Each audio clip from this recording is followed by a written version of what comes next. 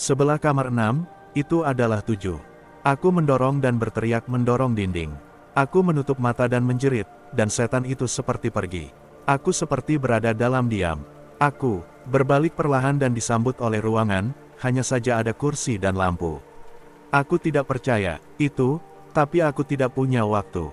Apa yang aku lihat adalah sebuah pintu. Pintu itu dengan tanda 7 besar di atasnya. Seluruh tubuhku gemetar, butuh beberapa saat untuk memutar kenop. Aku hanya berdiri di sana untuk sementara waktu, menatap pintu. Aku tidak bisa tinggal di kamar 6.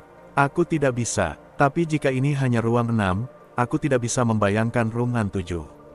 Mungkin akan lebih mengerikan, aku berdiri di sana selama 1 jam, hanya menatap 7. Akhirnya, dengan napas dalam-dalam, aku memutar kenop dan membuka pintu ke kamar 7. Aku kelelahan mental dan fisik yang sudah lemah. Pintu belakang ditutup dan aku menyadari. Berada di mana? Aku berada di luar. Tidak seperti di luar pada ruangan 5, tapi benar-benar di luar. Bebas. Mataku, aku ingin menangis, aku jatuh berlutut, aku akhirnya keluar dari neraka itu. Aku bahkan tidak peduli dengan hadiah yang dijanjikan. Aku berbalik dan melihat pintu tempat aku pergi melalui pintu itu. Aku berjalan ke mobil dan pulang ke rumah, berpikir untuk mandi. Saat aku berhenti di depan rumahku, aku merasa tidak nyaman. Sukacita meninggalkan Noen House telah memudar dan ketakutan perlahan-lahan datang kembali kepadaku. Aku menggeleng, ini sebagai sisa dari rumah Noen House dan mulai berjalan ke pintu depan. Aku masuk dan segera pergi ke kamar. Ada seekor kucing di tempat tidurku, Baskerville. Aku mendekat. Membelainya, dia mendesis dan mengusap tanganku. Aku tersentak kaget, karena ia tidak pernah bertindak seperti itu. Aku pikir, apapun, dia kucing tua. Aku pergi ke kamar mandi dan bersiap. Siap untuk mandi. Setelah mandi, aku pergi ke dapur membuat sesuatu untuk dimakan. Aku menuruni tangga dan itu berubah menjadi ruang keluarga, apa yang aku lihat dalam pikiranku. Namun, orang tuaku tergeletak di tanah, telanjang dan berlumuran darah. Mereka dimutilasi, anggota badan mereka telah ambil keluar dan ditempatkan di samping tubuh mereka, dan kepala mereka ditempatkan di dada mereka menghadapku. Bagian yang paling mengganggu adalah ekspresi mereka. Mereka tersenyum, seolah-olah mereka senang melihatku. Aku muntah dan menangis di ruang keluarga. Aku tidak tahu apa yang telah terjadi, mereka bahkan tidak tinggal denganku pada saat itu. Aku panik, lalu aku melihatnya, pintu yang tidak pernah ada sebelumnya. Sebuah pintu dengan tanda 8 besar tertulis dengan darah. Aku sudah di rumah. Aku berdiri di ruang keluarga tapi aku berada di kamar 7. Wajah orang tuaku tersenyum lebar karena aku menyadari hal ini. Mereka tidak orang tuaku, mereka tidak bisa, tetapi mereka tampak persis seperti mereka. Pintu ditandai 8 di seberang ruangan. Tubuh dimutilasi di depanku. Aku tahu aku harus pergi, tapi pada saat itu aku menyerah. Wajah tersenyum masuk ke dalam pikiranku, mereka menghukumku di mana aku berdiri. Aku muntah lagi dan hampir jatuh. Kemudian dengung itu kembali. Itu lebih keras dari sebelumnya. Dan itu seisi rumah dan mengguncang dinding. Bunyi dengung memaksaku untuk berjalan. Aku mulai berjalan perlahan-lahan, lebih dekat. Aku nyaris tidak bisa berdiri, apalagi berjalan, dan lebih dekat aku sampai ke orang tuaku semakin dekat. Dinding kini gemetar begitu keras seolah-olah mereka akan runtuh, tapi wajah-wajah tersenyum itu, seperti beringsut lebih dekat, mata mereka mengikutiku. Aku sekarang antara dua badan mereka, beberapa kaki dari pintu. Tangan yang terpotong-potong mencakar berjalan mereka mengarah keku, sambil terus menatap wajah. Itu teror baru dan aku berjalan lebih cepat. Aku tidak ingin mendengar mereka berbicara. Aku tidak ingin suara dari orang tuaku. Mereka mulai membuka mulut mereka. Dalam putus asa, aku menerjang ke arah pintu, terbuka, dan membanting pintu di belakangku. Ruangan 8. Selesai. Setelah apa yang baru saja aku alami, aku tahu tidak ada apa-apa lagi rumah ini bahwa aku tidak bisa hidup seperti ini. Aku tidak siap. Sayangnya, aku meremehkan kemampuan Noen House karena, di kamar 8, lebih mengganggu. Lebih menakutkan dan lebih tak terkatakan. Masih sulit dipercaya apa yang aku lihat di kamar 8. Sekali lagi, ruangan itu salinan dari kamar 4 dan 6, tapi di kursi biasanya yang kosong adalah seorang pria. Ngeri, aku secara bertahap menyadari bahwa pria yang duduk di kursi itu adalah aku. Seseorang yang tampak seperti ku, itu aku, David Williams. Aku berjalan mendekat, aku harus melihatnya lebih teliti.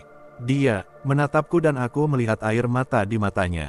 Silakan, bisiknya. Jangan menyakitiku. Petik 2. Apa? Tanyaku. Kamu siapa? Aku tidak akan menyakitimu. Petik 2. Ya kau. Dia menangis sekarang. Kau akan menyakitiku dan aku tidak ingin kau melakukannya. Dia duduk di kursi dengan kakinya dan mulai digoyang-goyang. Melihat itu, cukup menyedihkan untuk dilihat, terutama karena ia adalah aku, identik dalam segala hal. Tentangku, dengar, siapa kamu? Aku sekarang hanya beberapa kaki darinya.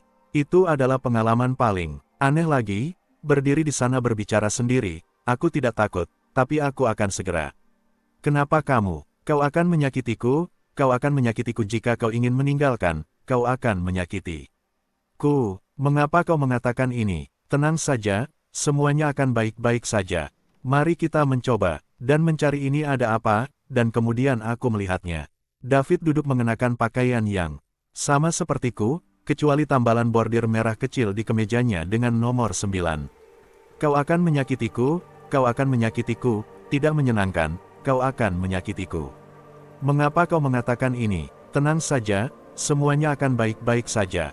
Mari kita mencoba, dan mencari ini ada apa, dan kemudian aku melihatnya.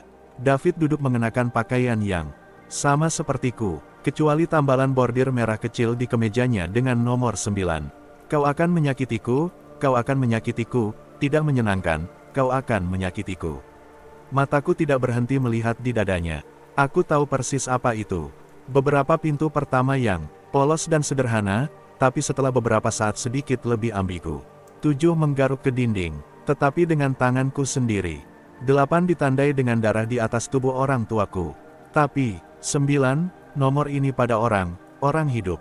Lebih buruk lagi, itu pada orang yang tampak persis sepertiku. David, aku harus bertanya, ya, kau akan menyakitiku, kau akan menyakitiku.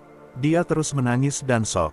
Tapi itu, 9, aku mondar-mandir di sekitar situ selama beberapa menit sementara ia menangis di kursinya. Ruangan itu tidak ada pintu dan, sama dengan kamar 6, pintu tempat aku masuk hilang. Untuk beberapa alasan, aku berasumsi bahwa menggaruk akan mendapatkan pintu tempat. Saat ini, aku menuju dinding dan lantai di sekitar kursi, kepalaku menempel di bawah dan melihat. Apakah ada sesuatu di bawah ini? Sayangnya, yang ada di bawah kursi adalah pisau terlampir, dan bertuliskan, untuk David, dari manajemen No End House. Perasaanku ketika aku membaca itu sesuatu yang jahat. Aku ingin muntah dan hal terakhir yang ingin aku lakukan adalah menghapus pisau itu dari bawah kursi itu. David yang lain masih terisak. Pikiranku berputar ke loteng dari pertanyaan yang tak terjawab. Yang menempatkan ini di sini dan bagaimana mereka mendapatkan namaku. Aku berlutut di lantai kayu yang dingin dan menyaksikan diri sendiri duduk di kursi, menangis tak terkendali dan memohon diri untuk belas kasihan. Itu semua terlalu banyak untuk diproses. Pikiranku untuk beberapa alasan berbalik ke temanku ini dan aku bertanya-tanya apakah dia telah berhasil sampai sejauh ini. Jika ia melakukannya, ia bertemu dirinya menangis di kursi bergoyang ini. Aku menggeleng pikiran dari kepalaku, mereka tidak peduli. Aku mengambil pisau dari bawah kursi dan segera David lain pergi. Tenang, David, kata dia dengan suaraku, apa yang kau pikir kau akan lakukan? Aku mengangkat diri dari lantai dan mengepalkan pisau di tanganku. Aku akan keluar dari sini. David masih duduk di kursi, meskipun ia sangat tenang sekarang. Dia menatapku dengan senyum. Sedikit, aku tidak tahu apakah dia akan tertawa atau mencekikku. Perlahan, ia bangkit dari kursi dan berdiri menghadapku. Itu luar biasa, tinggi badannya dan bahkan cara dia berdiri sama persis denganku. Aku memegang gagang karet pisau di tanganku dan mencengkeram dengan erat.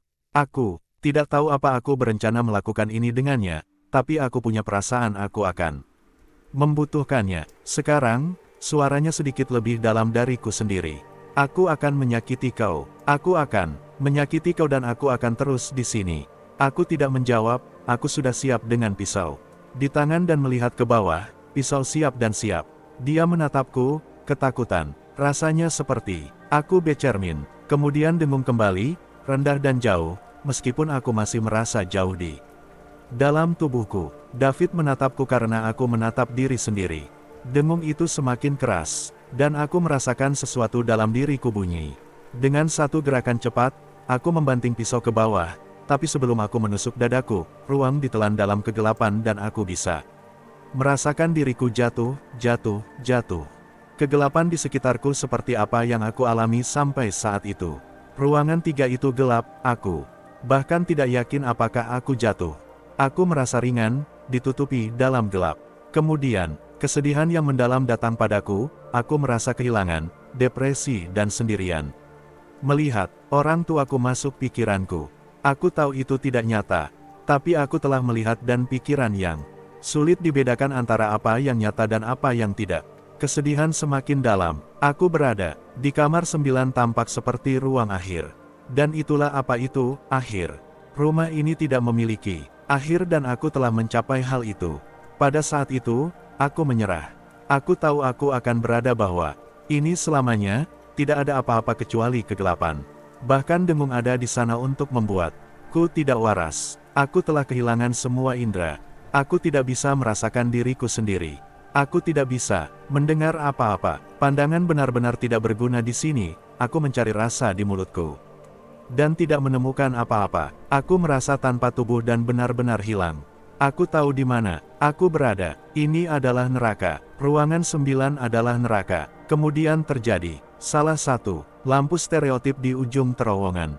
Setelah beberapa saat mengumpulkan pikiran dan indera, aku perlahan-lahan berjalan menuju cahaya itu. Saat aku mendekati cahaya, aku menyadari itu adalah celah. Aku perlahan-lahan berjalan melalui celah dan mendapati diriku kembali di mana aku mulai, di lorong pintu masuk Noen House. Itu, persis sebagaimana aku telah meninggalkannya, masih kosong dan masih dihiasi dengan dekorasi Halloween. Setelah semua yang terjadi malam itu, aku masih waspada di mana aku berada. Aku melihat sekeliling tempat berusaha untuk menemukan sesuatu yang berbeda. Di meja itu amplop putih polos dengan bertuliskan tangan namaku di atasnya. Sangat penasaran, namun masih hati-hati, aku mengumpulkan keberanian untuk membuka amplop. Di dalamnya ada surat yang berbunyi, "Selamat, Anda telah berhasil sampai ke akhir Noen House. Terimalah hadiah ini sebagai tanda prestasi besar, milik Anda selamanya, manajemen Noen House." Petik 2, amplop itu dalam bentuk $500. Aku mulai tertawa histeris bernada tinggi. Aku tidak bisa berhenti tertawa. Aku tertawa saat aku berjalan ke mobil, aku tertawa saat aku pulang dan aku tertawa saat aku berjalan. Aku tertawa saat aku sampai di rumah, aku tertawa saat aku berjalan ke pintu depan rumahku dan aku tertawa karena aku melihat tulisan terukir kecil itu adalah 10.